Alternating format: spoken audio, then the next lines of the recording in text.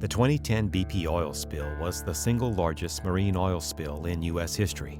At least 134 million gallons of crude were spilled at a rate of roughly 1.5 million gallons per day. It's been nearly 5 years since the start of the BP oil disaster, and the negative effects are still being felt. We're on Cat Island, which is in the lower end of Barataria Bay. We're just north of East Grande Terre Island, just northeast. Barataria Bay is behind us. This was, at the time of the spill, a 5-10 acre nesting island with a dense growth of black mangrove shrubs, and it was a nesting rookery for brown pelicans, for roseate spoonbills, for great egrets, for tricolored herons, and actually several other species. What we saw was that oil came in here. It came through Four Bayou Pass. This was right in the path of the oil that came ashore, and oil covered this island, covered the roots, and we started to see a very slow decline of the plants on the island to the point that, as you see now, after 5 years, they're completely gone. They're all dead, and as a consequence, A, there are no plants to hold the island together, and B, we have no nesting going on here. BP recently issued its own report on the status of the Gulf environment 5 years after the spill.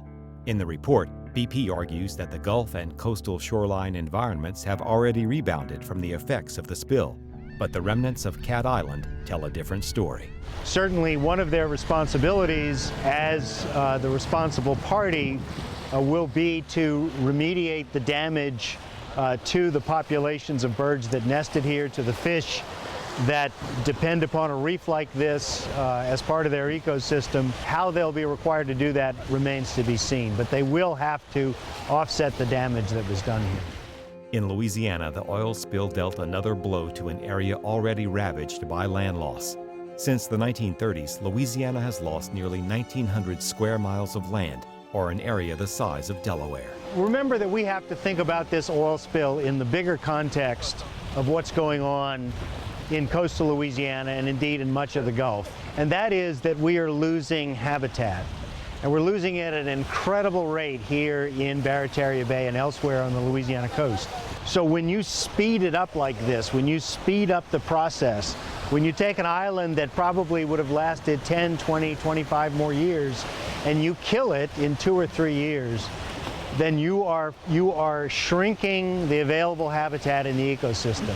So all the birds that nested here now have to go find someplace else to nest, which may not be as suitable a place. It may not be as productive a place for them to nest. Despite what BP claims, the pelicans of Cat Island will continue to deal with the loss of their nesting ground and a vanishing coastline. Tar mats and tar balls are still washing ashore, and islands and marsh are still in need of repair and restoration. 5 years later, BP needs to accept responsibility and make it right for the communities, environment, and wildlife of the Gulf Coast.